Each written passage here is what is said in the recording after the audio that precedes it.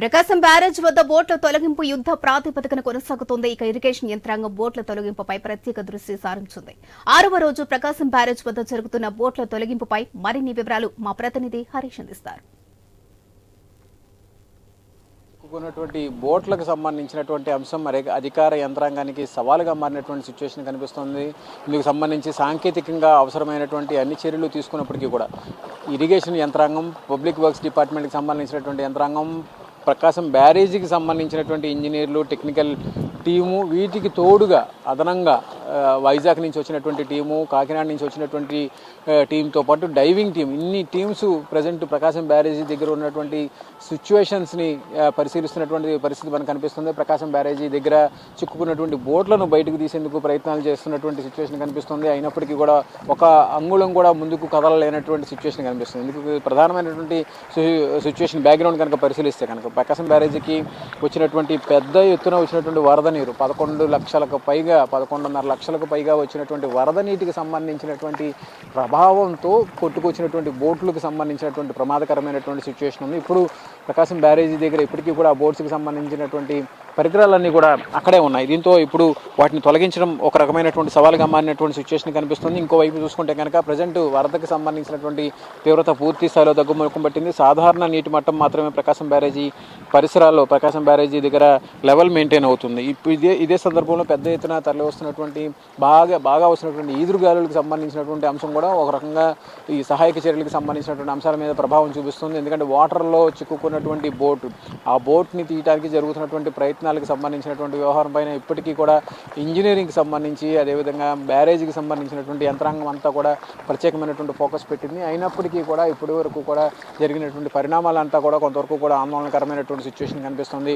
వరదల తాకిడికి 11.5 లక్షలకు పైగా వచ్చినటువంటి వరద నీటికి సంబంధించినటువంటి తీవ్రతతో కొట్టుకొచ్చినటువంటి బోట్లు బ్యారేజీ వద్ద 3 కౌంటర్ వెయిట్స్ని దెబ్బతీసినటువంటి సిచ్యువేషన్ కనిపిస్తుంది. ఆ 3 కౌంటర్ వెయిట్స్ని యుద్ధ ప్రాతిపదికన ప్రభుత్వం ప్రత్యేకమైనటువంటి చొరవ తీసుకొని 3 కౌంటర్ వెయిట్స్ని యుద్ధ ప్రాతిపదికన ఏర్పాటు చేసి గేట్లను పూర్తిగా యథాస్థానంలో ఉంచినటువంటి సిచ్యువేషన్ ఉంది. కానీ ఇప్పుడు అక్కడ మిగిలిన ఏదైతే వరద తగ్గిన తర్వాత ఆ బోట్స్ను బయటకు తీసేటువంటి ప్రయత్నం ఏదైతే జరుగుతుందో ఆ ప్రయత్నంలో భాగంగా ఇప్పటికీ కూడా పెద్ద ఎత్తున బోట్లకు సంబంధించినటువంటి ప్రక్రియకు సంబంధించినటువంటి వ్యవహారం ఒక రకంగా అధికార యంత్రాంగానికి సవాలుగా మారినటువంటి సిచ్యువేషన్ కనిపిస్తుంది. ఈ బోటుకి సంబంధించినటువంటి అంశాలపైనే యంత్రాంగం అంతా కూడా ప్రత్యేకమైనటువంటి ఫోకస్ పెట్టింది.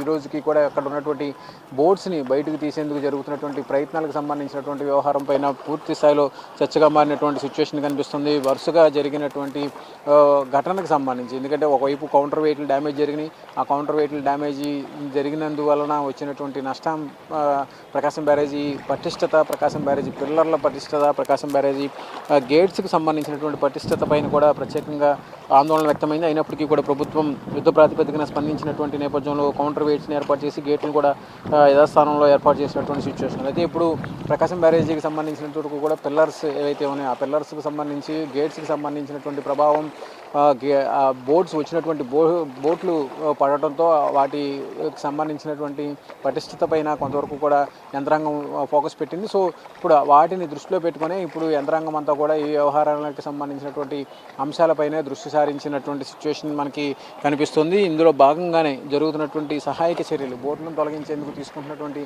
చర్యలు ఇప్పటికీ కూడా ముందుకు సాగలేనటువంటి పరిస్థితి ఏర్పడింది. ఒక బోట్ను మాత్రం కట్ చేశారు. ఆ కట్ చేసినటువంటి బోట్ మాత్రం నీళ్లలో మునిగిపోయింది. సో ఇప్పుడు ఆ నీళ్లలో మునిగిపోయినటువంటి బోట్ను బయటకు తీయడానికి డైవింగ్ టీము వెళ్ళింది. ఆ డైవింగ్ టీము లోపల నీళ్ళలోకి వెళ్ళి ఆ కట్ అయినటువంటి బోట్కి హోల్స్ వేయాలి. ఆ హోల్స్ వేసిన తర్వాత ఆ హోల్స్లో నుంచి ఐరన్ రోప్స్ ఏవైతే ఉన్నాయో ఐరన్ రోప్స్ బిగించిన తర్వాత బయట నుంచి భారీ క్రేన్స్తో లోపల ఉన్నటువంటి బోట్ని బయటికి లాగాల్సినటువంటి సిచ్యువేషన్ ఉంది. సో ఇప్పుడు ఈ బోట్ని బయటికి లాగేందుకు జరుగుతున్నటువంటి ప్రయత్నాలు ఈరోజు కూడా కొనసాగుతున్నటువంటి సిచ్యువేషన్ మనకు కనిపిస్తుంది. వరుసగా జరిగినటువంటి సహాయక చర్యలకు సంబంధించి ఇప్పటికీ కూడా యంత్రాంగం అంతా కూడా ప్రత్యేకంగా ఫోకస్ పెట్టింది. ఇతర ప్రాంతాల నుంచి వచ్చినటువంటి టీమ్స్ ఏవైతే ఉన్నాయో ఆ టీమ్స్ కూడా ఇప్పటికీ కూడా సహాయక చర్యలపైన ప్రత్యేకమైనటువంటి దృష్టి సారించింది.